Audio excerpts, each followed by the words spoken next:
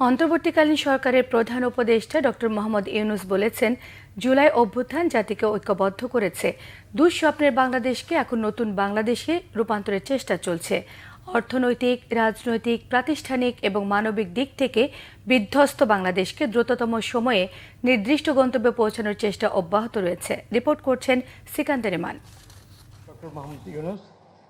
অমর একুশে বইমেলার এবার ভিন্ন মাত্রা পেয়েছে। জুলাই গণ অভ্যুত্থান নতুন বাংলাদেশের বিনির্মাণ স্লোগানকে ধারণ করে এবারের আয়োজন। বাংলা সাহিত্যের বিভিন্ন ক্ষেত্রে অবদানের জন্য বাংলা একাডেমি সাহিত্য পুরস্কার 2024 প্রদান করেন প্রধান উপদেষ্টা ডক্টর মোহাম্মদ ইউনূস।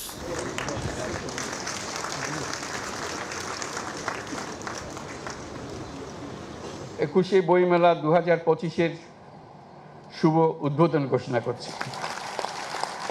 বইমেলার উদ্বোধন করে প্রধান উপদেষ্টা 1952 সালে ভাষার জন্য শহীদদের অবদানের কথা শ্রদ্ধার সাথে স্মরণ করেন।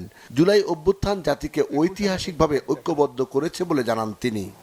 মাত্র 6 মাস আগে জুলাই অভ্যুত্থান জাতিকে এক ঐতিহাসিক গভীরতায় ঐক্যবদ্ধ করে দিয়েছে, যার কারণে আমরা অর্থনৈতিক, রাজনৈতিক, প্রাতিষ্ঠানিক এবং মানবিক দিক থেকে বিধ্বস্ত এক দেশকে দ্রুততম গতিতে আবার উদ্দিষ্ট গন্তব্যে পৌঁছানোর জন্য তৈরি করার প্রস্তুতি নিতে সাহস খুঁজে পেয়েছি।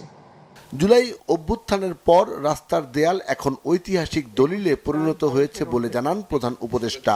তিনি বলেন, অসম্ভবকে সম্ভব করে দিয়েছে দেশের ছাত্র জনতা। দুঃস্বপ্নের বাংলাদেশকে ছাত্র জনতা নতুন বাংলাদেশে রূপান্তরিত করার জন্য ঝাঁপিয়ে পড়েছিল। তারা অসম্ভবকে সম্ভব করে দেখিয়েছে। আমাদের তরুণ তরুণী, কিশোর কিশোরী রাস্তার দেয়ালে দেয়ালে তাদের স্বপ্নগুলো, তাদের আকাঙ্ক্ষাগুলো, তাদের দাবিগুলো অবিশ্বাস্য দৃঢ়তায় এঁকে দিয়েছে। আমাদের রাস্তার দেয়াল এখন ঐতিহাসিক দলিলে রূপান্তরিত হয়ে গেছে। দেশকে সামনের দিকে এগিয়ে নিতে জুলাই অভ্যুত্থানের চেতনা ধারণ করে ঐক্যবদ্ধ থাকার উপর জোর দেন ডক্টর মোহাম্মদ ইউনূস। আমাদের সাহসী তরুণদের এই অভূতপূর্ব আত্মত্যাগ। সিকান্দার রেমান, বাংলা ভিশন, ঢাকা।